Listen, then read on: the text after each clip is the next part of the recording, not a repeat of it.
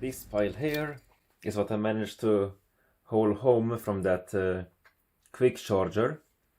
Obviously all the fun parts was gone.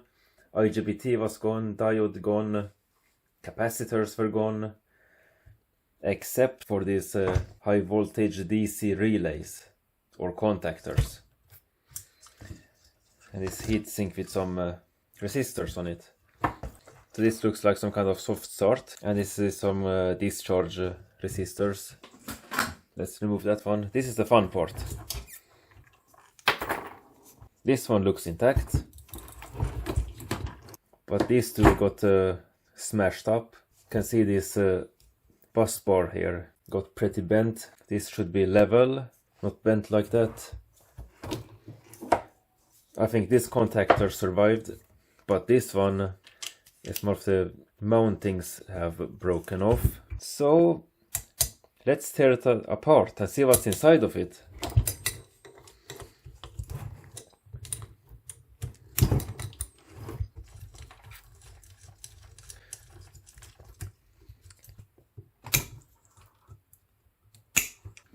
So I wonder if there is pressure inside of this, like SF6 or another similar gas, or maybe if it's vacuum. These are connected together. These two should latch together. Let's just cut that off. Here I have the marking on it, 12 volt. So let's add some power to it and see if it works.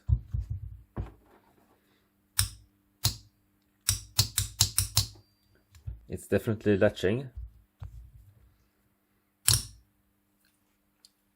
And the current is like 1.5 amps. And yes, it has some metal housing. There's a lot of glass fiber in this plastic. What happens if we break this one off? Is this here where they have filled the gas or pumped the vacuum? Maybe this is a very bad idea if it's pressurized. Let's aim it away from myself. Pretty thick plastic.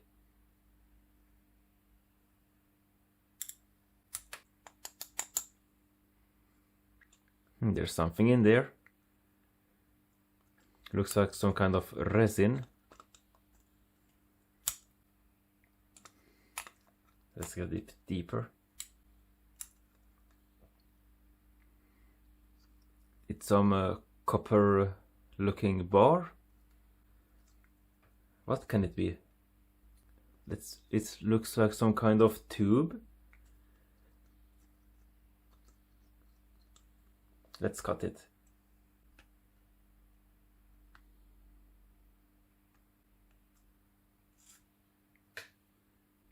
It's a tube. Does it smell something? I didn't hear any hissing sound. So yes, I've definitely filled it with some gas. That's for sure. I will cut open this contactor. It has this resin here. I'm gonna cut here and maybe cut alongside.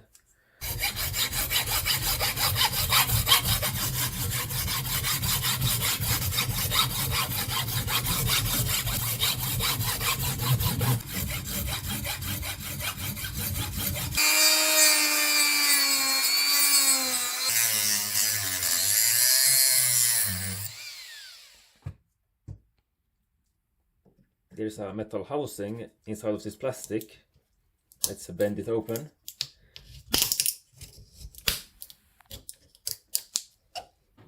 I just tried to crack it open.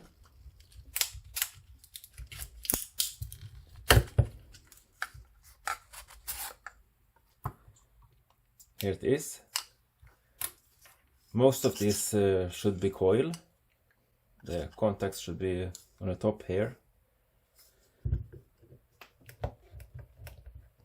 I wonder how I can dismantle this. Let's try to cut the housing with a Dremel tool.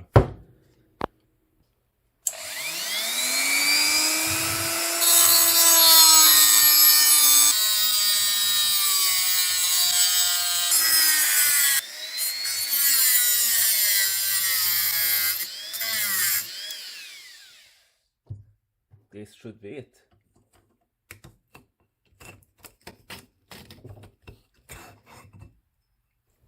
Let's try to cut these terminals.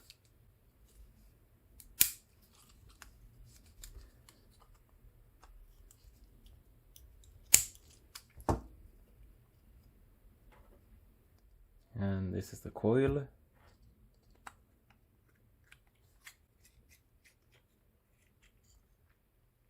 Oh, I got magnets, and there are the two terminals. So I wonder,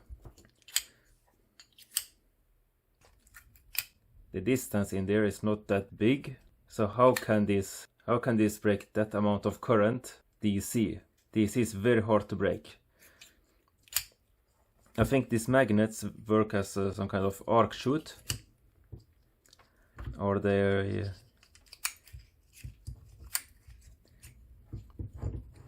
are opposite, or no, they are attracting each other.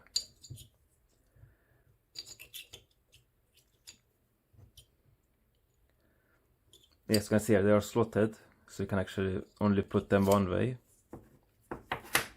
And these are not strong, these are like ferrite magnets. And those terminals are some silver alloy.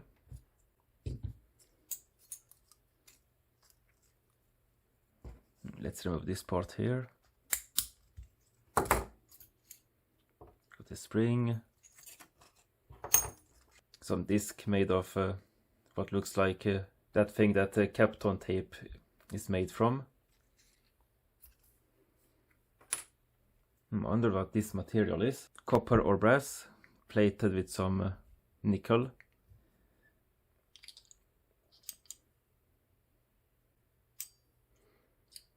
So yes, I thought it would be much more inside of this. And of course this would be filled with some gas. Maybe it is some inert gas like nitrogen, or maybe vacuum. Yes, we didn't hear anything when we pinched it, but this contactor was damaged in the handling at the scrapyard, so it could have breaked some seals underneath the terminal. So yes, interesting design. I thought it would be like some arc shoots and similar components inside of this. So it's also a pretty interesting device. Let's see inside of this coil.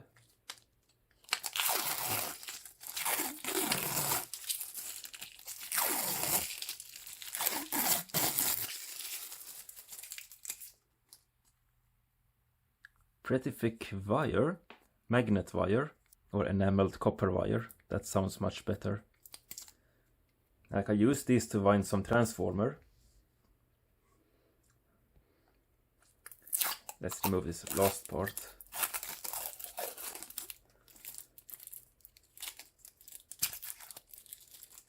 Yes, nice roll of magnet wire. It's a bit too thick to wind a Tesla coil, but still nice. Yes, this is what's inside of a DC contactor. Now I can't get the magnets out. Work smarter, not harder. Yes, this was pretty interesting. I didn't expect that. You learn something new every day. Thanks for watching.